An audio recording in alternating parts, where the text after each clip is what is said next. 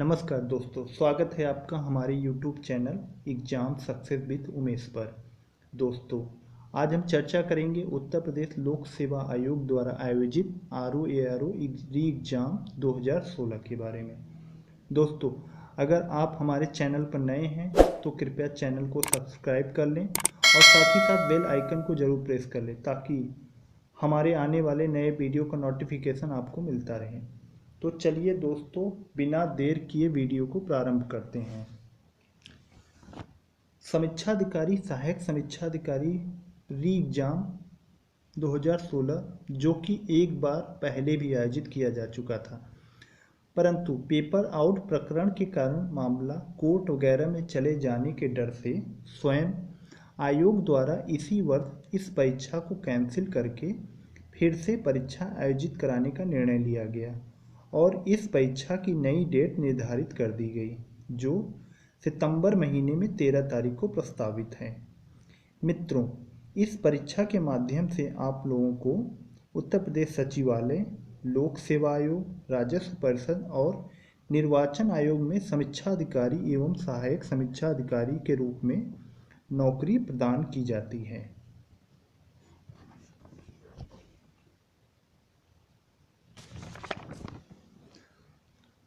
तो आइए चलिए इस परीक्षा के बारे में वह सब कुछ जानते हैं जो आपके लिए ज़रूरी है। RO ARO परीक्षा 2 चरण में आयोजित की जाती है, जिसमें पहला चरण प्रारंभिक परीक्षा एवं दूसरे चरण में मुख्य परीक्षा आयोजित की जाएगी। इसमें इंटरव्यू नहीं है और सिलेक्शन लिखित परीक्षा के आधार पर ही होता है। तो मित्रों, चलिए इस परीक्षा के पहले चरण यानी प्रारंभिक परीक्षा के बारे में विस्तार से चर्चा करते हैं। प्रारंभिक परीक्षा में 2 पेपर होंगे जो ऑब्जेक्टिव प्रकार के होंगे, जिसमें पहला पेपर सामान्य अध्ययन का होगा और दूसरा पेपर सामान्य हिंदी का होगा। सामान्य अध्ययन में कुल 140 प्रश्न होंगे, जिसमें प्रत्येक प्रश्न 1 नंबर का होगा और यह पेपर 2 घंटे का होगा।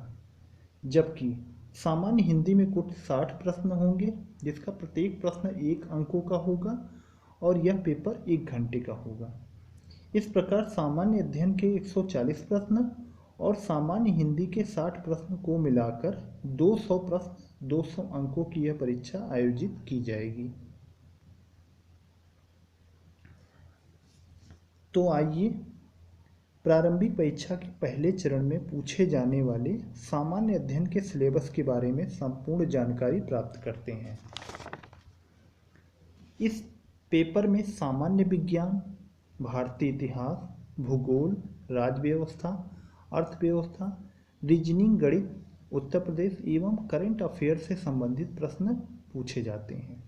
इसको विस्तार से समझने का प्रयास करते हैं। पहले खंड में सामान्य विज्ञान की चर्चा करते हैं। इस खंड में भौतिक विज्ञान, रसायन विज्ञान और जीव विज्ञान से लगभग 12 से 15 प्रश्न हर वर्ष परीक्षा में पूछे जाते हैं, जिसमें जीव विज्ञान से प्रश्न ज़्यादा पूछे जाते हैं। अब आइए भारतीय इतिहास पर नज़र डालते हैं। इस खंड में प्राचीन इतिहास, मध्यकालीन इतिहास और आधुनिक इतिहास में से 20 से 25 प्रश्न परीक्षा में पूछे जाते हैं, जिसमें से आधुनिक इतिहास और उसमें भी भारतीय राष्ट्रीय आंदोलन से प्रश्न ज़्यादा पूछे जाते हैं। भारतीय राज्य व्यवस्था से अपेक्षाकृत 10 से 15 प्रश्न आते हैं और आजकल जो मुद्दे चर्चा में रहते हैं, जैसे नागरिकता, न्यायिक संशोधन, चुनाव प्रणाली आदि पर भी प्रश्न बनाए जाते हैं। भारतीय कृषि व्यापार वाणिज्य पर 8 से 10 प्रश्न पूछे जाएंगे।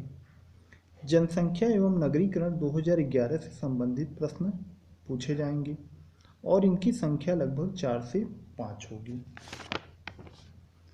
भारत और विश्व के भूगोल एवं पर्यावरण पारिस्थितिकी से लगभग 20 से 25 प्रश्न पूछे जाएंगे, जिसमें 10 से 12 प्रश्न मानचित्र अर्थात मैपिंग पर आधारित होंगे। पिछले 8-10 महीनों के करंट अफेयर्स से 20 से 25 प्रश्न पूछे जाएंगे। जिसमें राष्ट्रीय अंतर्राष्ट्रीय खेल कूद, चर्चित व्यक्तित्व आदि से संबंधित प्रश्नों की अधिकता रहेगी। रीजनिंग एवं गणित जो हाई स्कूल स्तर का होगा उससे 10 से 15 प्रश्न पूछे जाने की संभावना रहती है। और अंत में उत्तर प्रदेश राज्य विशेष से भी 8 से 10 प्रश्न पूछे जाते हैं। अब आइए दूसरे पेपर सामान्य हिंदी के सिलेबस के बारे में परिचय देते हैं। इस पेपर में विलोम, पर्यायवाची, विशेष्य विशेषण, तत्सम तद्भव, अनेक शब्दों के लिए एक शब्द और वाक्य एवं वर्तनी शुद्धि से संबंधित प्रश्न पूछे जाते हैं, जिसमें सभी खंडों से 10 प्रश्न होंगे और सभी प्रश्नों के अंक समान होंगे। अर्थात विलोम से अगर 10 प्रश्न हैं तो उसके लिए 10 अंक निर्धारित किए गए हैं। इसी प्रकार सभी 6 खंड अर्थात 60 क्वेश्चन और 60 अंक निर्धारित किए गए हैं। और मित्रों, आपको यह बताना चाहूँगा कि इस परीक्षा में कोई माइनस मार्किंग नहीं है। अतः आप सभी खूब मन लगा के पढ़ाई कीजिए और इस परीक्षा को अच्छे नंबर से पास करके सरकारी नौकरी प्राप्त कर प्रदेश की सेवा कीजिए। आरओ मुख्य परीक्षा से संबंधित जानकारी आपको अगले वीडियो में प्रदान करूंगा। दोस्तों, अगर आपको मेरा यह वीडियो अच्छा लगे तो लाइक और शेयर ज़रूर कीजिए। धन्यवाद। जय हिंद।